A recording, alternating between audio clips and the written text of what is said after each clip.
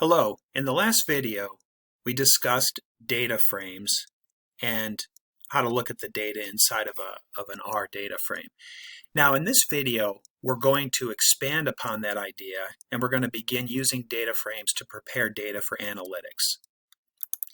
So for that, let's take a look at this insurance data set here.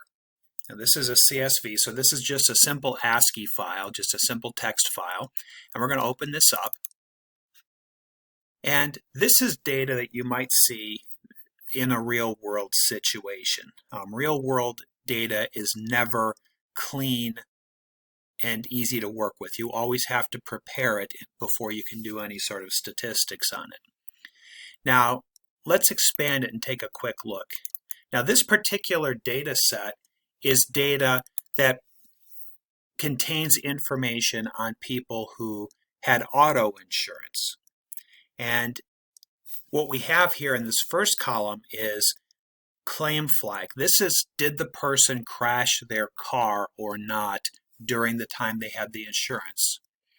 So if it was a 0, the person did not crash their car. And if it was a 1, that means that they did crash their car at least one time.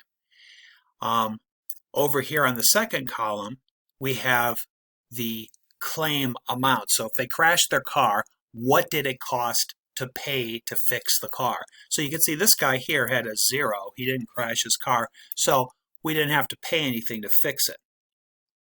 But over here, this guy did crash his car, and it cost $6,872 to pay for it. Now we have other information as well, like do your children drive your car? And if so, how many? Like this person has 3 children driving his car. Also, the person's age. In this case, he's 36. And over here, we have like how many children do you have at home? They may not all be driving. Like this person has 3 children driving, but they have 4 children at home. YOJ, that's years on job. How long have you had a job? What's your income? Parent? Are you a single parent? Your home value, your marital status, your sex, your education, your job, etc. So this is all sorts of information that an insurance company might collect about you when you want to get an insurance policy. They'll ask you things like what's your house worth, what's your job, etc., etc. We also have other information like, what kind of car do you drive? Do you drive a pickup truck or do you drive a sports car?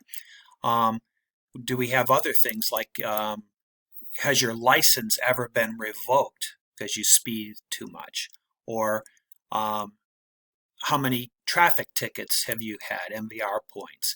So this is the kind of information that they collect. And what we are going to eventually want to do is use this information to predict whether or not a person is going to crash their car. So if a new person walks in the door and says, hey, I'm 46 years old and 2 children are driving and I've got a PhD and I have a pickup truck, is this guy a good risk or a bad risk?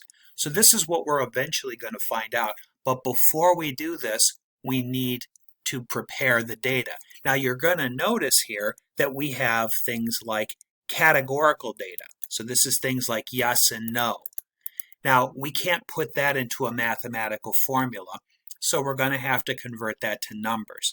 Things like your sex, male and female. Again, I can't put the letter F into a formula, but I can put a 1 or a 0. We have other variables as well, like the kind of car you drive. And we also have things that are missing. For example, take a look at this, income. You'll notice that some of these are missing. So if it's a missing value, well, I can't put a missing value into a mathematical formula, so we're going to have to do something with that. And that's called, that procedure is called missing value imputation, and we're going to do that in just a moment. So let's close this file right now, and let's bring up the R programming language. Now, how do we get the data into R? Now, before, you saw that R provides some data, like our IRIS data set, and there it is. So R does have data sets already there, but what if you want to bring in some new data? Well, this is how you do it. There's actually a lot of different ways you can bring data in, but one of the easiest ways to do that is, let's bring this in just a moment. So let's go here, and so what I'm going to do is I'm going to declare. Now you don't have to declare variables inside of R to read in data, but I think it happens to be the easiest thing to do, because right now I'm going to define a variable called path, and this is going to be where is all my data. And the thing about this is if I just put this right at the top of my program, the path, and I could name this anything. It doesn't have to be the file path. It could be Fred or Joe or Mary. It doesn't matter. I can name this anything, but it makes sense to name it path because this is where the data is. And I'm going to have the data is all residing here on my hard drive. Now, one thing you need to notice here is that in R, even though I'm using IBM, an IBM machine, the directories, the slash goes, it's a forward slash, even though if you look in IBM Windows here, it's a backslash. So what I want to do is just remember that. So when I copy and paste, I'm going to have to change these to that slash there. Okay, so I've got this guy here, and then this is the name of the file that we're going to read in, and it's going to be called insurance.csv. So that's the thing we're going to read in. Now, how do we do this? Well, one thing we can do is I can create a new variable called infile, and I'm going to paste this guy and this guy together. So there and there. And I'm going to join them with this right here. So let's, rather than talk about it, let's just do it. So I'm going to copy these things.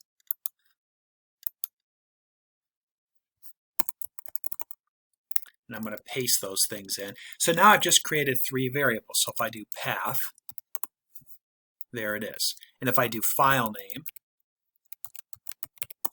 there it is. Now this last guy here, outfile, we're going to create him later on, so don't worry about him right now. But I've got these two things. Now what I could do is I could create a new variable, infile,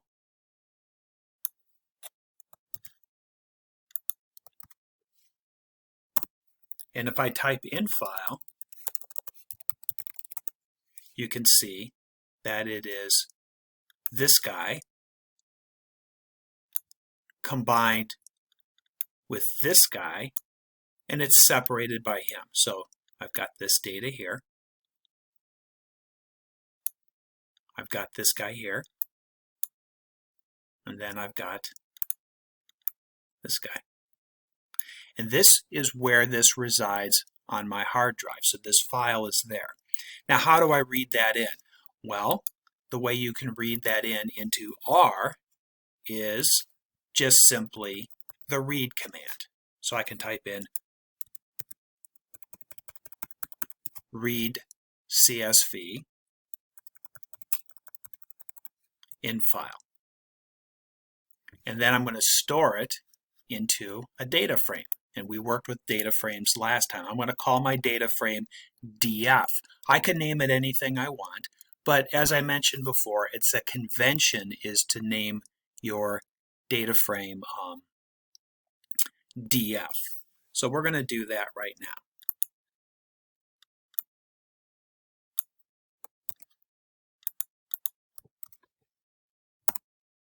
So now if I type head DF, let's expand this a little, you can see that this is the first 6 rows. So you can see I've got this as the, did the person crash their car, what did it cost, did the kids drive, etc., etc. I've got all that information, what's their education, their job, their travel time to work, all sorts of information that might be useful if we want to figure out if the person's going to crash their car. And it even extends on to the next line as well. So we've read this thing in, and we could even do str data frame, and you can see that this will give us a list of all of the variables that we can work with. So again, target, claim, and flag, target amount, do the kids drive, age, etc. And I have whether or not it's an integer or a character. So parent, this is no and yes, that's car type, sports, car, van, etc. So this is what I have to work with. So we are going to proceed to scrub this data in subsequent videos.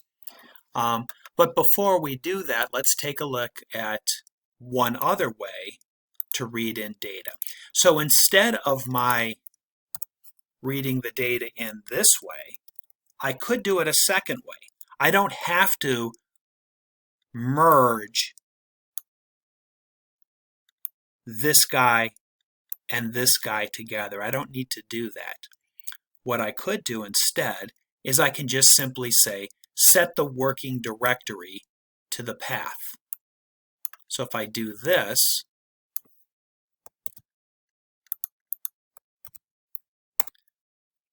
then R now knows that all of the files are going to be located in this path. So that's the only place R is going to look for the data. So now if I go read CSV file name, not in file, remember in file had everything, it had the path and everything, but I just want the name of the file. This guy right here, I can do it this way as well. And you say, well, where's the file located? You didn't put the path on there. Well, R knows that all the files are located here. So I could do it this way. This is the punchline.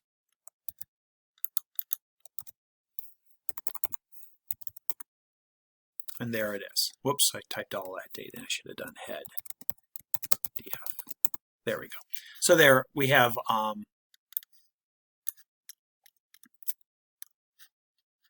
here's all of the data again. Now there's a lot of data here, and it's kind of, we're gonna do some scrubbing shortly. But that's what we have. Now what you will want to do is do a structure or a summary of the data just to see what we have. So let's do that real fast. We already did the structure. Let's do it again. df. And you can see we've got 10,000 records. So this is 10,000 records of who crashed their car and who didn't. And we could also do summary.